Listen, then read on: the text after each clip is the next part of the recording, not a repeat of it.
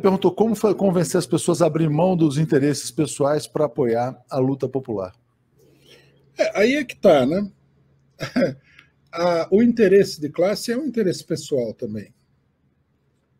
É por isso que a classe operária, né, é a classe que tem esse interesse de maneira mais desenvolvida. Ela não tem, não. As pessoas percebem isso, né? Elas são tão marteladas com os prejuízos que podem ter. Vou perder minha casinha, vou perder isso, vou perder aquilo, e não com os benefícios de uma sociedade mais justa, enfim. O problema todo é compreender bem os seus interesses pessoais, porque eles, bem compreendidos, eles se identificam com o interesse geral. Quer dizer, não existe uma oposição verdadeira entre egoísmo e altruísmo, nesse sentido. Né? Se você, por exemplo, eu posso compreender o meu interesse pessoal, que seja ganhar alguma coisinha em detrimento de todas as pessoas em volta. Mas se eu entender, por exemplo, que se eu me unir com essas pessoas e trabalhar num determinado sentido, eu vou ganhar muito mais do que numa luta, né, individual contra essas pessoas, eu estou compreendendo melhor o meu interesse individual. E estou vendo que ele se identifica com o interesse individual de outras pessoas. Um exemplo clássico disso daí é o trabalhador que procura vencer na vida sozinho, né, lutando contra os outros trabalhadores que trabalham com ele, e o trabalhador sindicalizado.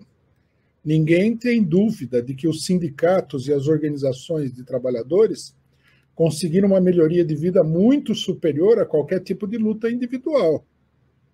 Né? Conseguiram férias, conseguiram fim de semana remunerado, limite da jornada de trabalho, tudo que nós estamos perdendo agora foi conseguido através dessa luta. Quer dizer, o trabalhador entendeu que o interesse individual dele se identificava com a luta coletiva, e não com uma luta individual, né? Um contra todos, todos contra todos. Então, o problema é esse daí. Aí a pergunta cairia no seguinte, mas uma pessoa, por que uma pessoa que não é operária, que não está completamente destituída, que tem vantagens materiais na sociedade, também vai adotar essa mesma causa? Porque acontece que o socialismo não é simplesmente um problema de você alimentar a população. É uma concepção geral da sociedade, que tem a ver com o desenvolvimento humano, que tem a ver com a cultura, que tem a ver com o ambiente em que você vive, tem a ver com milhões de coisas da maior importância.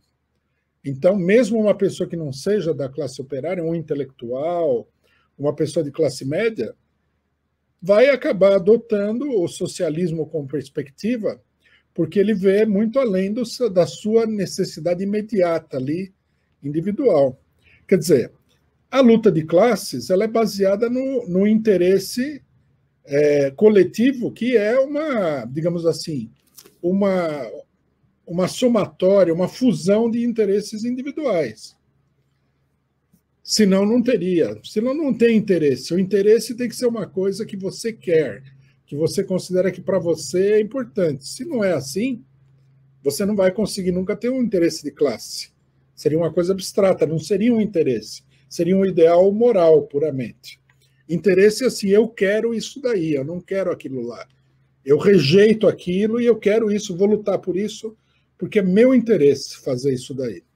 Quer dizer, nesse sentido, não é abrir mão de interesses individuais em favor de interesses coletivos, mas compreender bem o que é o interesse individual. Esse problema da cultura, bom, o que acontece é o seguinte, né? O mundo, a sociedade humana, ela vive uma contradição. Ela desenvolve um conhecimento que é um conhecimento real, importante, né? Que é fonte de progresso para a humanidade. Mas, ao mesmo tempo, né, todas as atividades humanas estão sob o controle de uma classe dominante. Né? Elas não estão soltas no ar. Quando alguém faz uma descoberta científica, como a pessoa chegou ali, como vai ser usado, toda uma série de condicionamentos em torno dessa descoberta científica estão na mão dos grandes capitalistas. Né?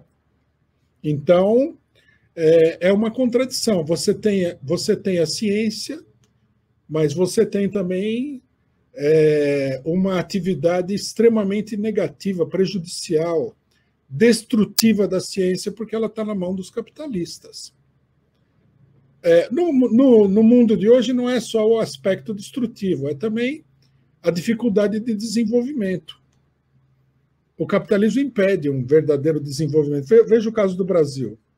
Esse caso que eu citei do Almirante Othon. O Brasil está proibido de ter pesquisa nuclear. Por quê? Porque os capitalistas internacionais não querem. Está proibido de ter refinaria de petróleo, de ter produção, de ter conteúdo nacional para explorar o seu próprio petróleo. Está proibido de não ceder o petróleo às petroleiras internacionais. Hoje eu acabei de saber aqui, estarrecido, que a Petrobras fez propaganda para defender a sua própria privatização. É inacreditável, né? A Petrobras falando, olha, privatizem-me. Né? Uma coisa realmente inacreditável.